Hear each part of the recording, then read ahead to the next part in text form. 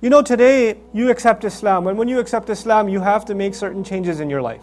Whether you accept Islam, meaning you took Shahada, you used to be Christian, Jewish, Hindu, agnostic, atheist, Buddhist, whatever you used to be, you became Muslim, there are going to be some changes in your life.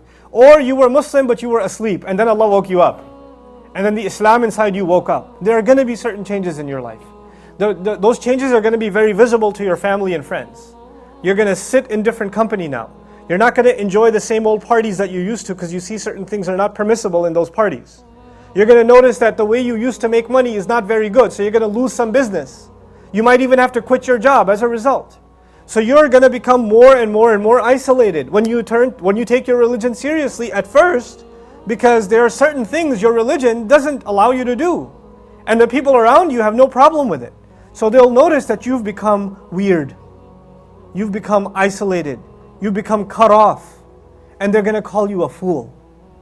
And when you try to give them da'wah, or you try to say, hey, you should listen to this. Hey, why don't you come to the masjid with me? They're going to say, no, you want me to be like you? Is that what you want? You want me to be turned into a weirdo extremist like yourself? No thanks. You're going to hear these words from your cousins, your siblings, your family members, your friends. Those are the people that are going to think you're strange. You're an idiot for doing what you're doing. You're way too extreme, man. Just relax. Take a balanced approach like me. Gulp, gulp, gulp. You know? So this problem still exists. It still exists. أَنُؤْمِنُ كَمَا آمَنَ السُّفَهَاءُ. Allah turns around and says, أَلَا إِنَّهُمْ هُمُ السُّفَهَاءُ. You had better realize. Pay attention. You better realize. You better not forget. Those people, they and only they, like no other, are the ultimate idiots. They are the ultimate fools. In what sense are those people fools? Now, I told you what they thought of as foolish. They thought of as foolish that you're missing out on life. You made all these sacrifices for what? Jannah is easy, man. You don't have to make all these sacrifices. Just be a little bit good in Ramadan, catch the 27th or something, and you'll be fine. But then, on the other side, when Allah calls them fools, He has a different definition of fool, doesn't He? So we have to think about, how does Allah mean fool? Lahirul Jahal. He's obviously just led by his vile emotions. Whatever comes in his mouth, he says. Whatever he feels like doing, he does. Adimul Aql. Never, he refuses to think. Think about what you're doing. Forget it, man. I don't want to think about it. You think for me. Khafiful lub. No, very light in their ability to ponder and reflect. You know, when you drown your ears out with music and it's constantly pounding in your head, or your eyes are exhausted with episode after episode after episode, what time do you have left to think? Even when the screen is off, you're thinking about the next episode. You're not thinking about why you exist or what your purpose is for like you don't, you know. And those mindless beats are still pounding in your head as you're walking around. That's all that's going on in your head. It's taken over. Khafiful lub.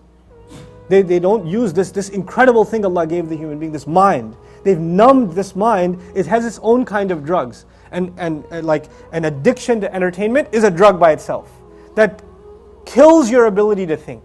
It kills your ability to use your mind for what it should be used for. And it's not just for young people. We have elders in our community addicted to soap operas, or aunties addicted to Pakistani dramas, and you know, ab kya hoga? Unki shadi hogi ki nahi hogi? Like they're gonna, you know, they're just drowned in this stuff.